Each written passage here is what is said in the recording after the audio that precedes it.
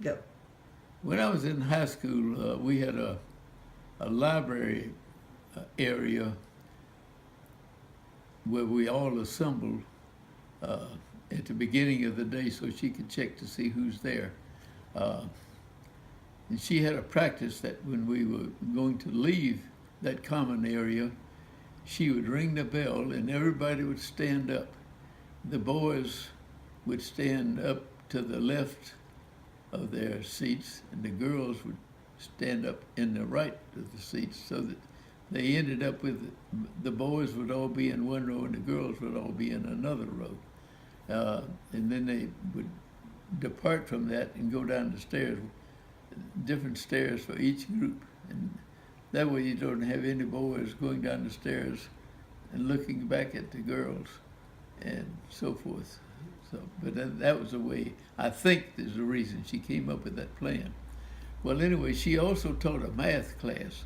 And at the beginning of the year, I was set back as far away from her desk as I could get. There happened to be some pretty girls in the vicinity that I liked to talk to, and it didn't take Miss Hammond very long to decide that that was not the place for me to be. So she moved me up where I was just two desks away from her. Uh, I was in the second row, coming across from the front. But anyway, one day, while she was teaching this math class, she was just coming back to the library, and one of her students, from math students, stopped to ask her a question. So I knew she was going to be tied up with that student.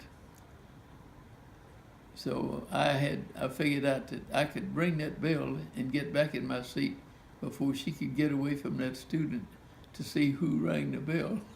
Well, I jumped up and rang the bell, jumped back in my seat immediately. All of the other students stood up just like they were supposed to when the bell rings.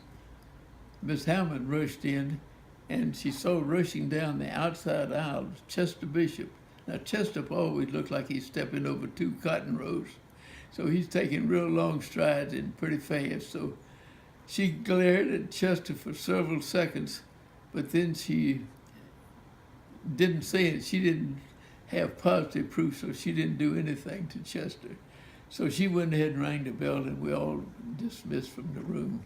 But I think she always thought that Chester did that.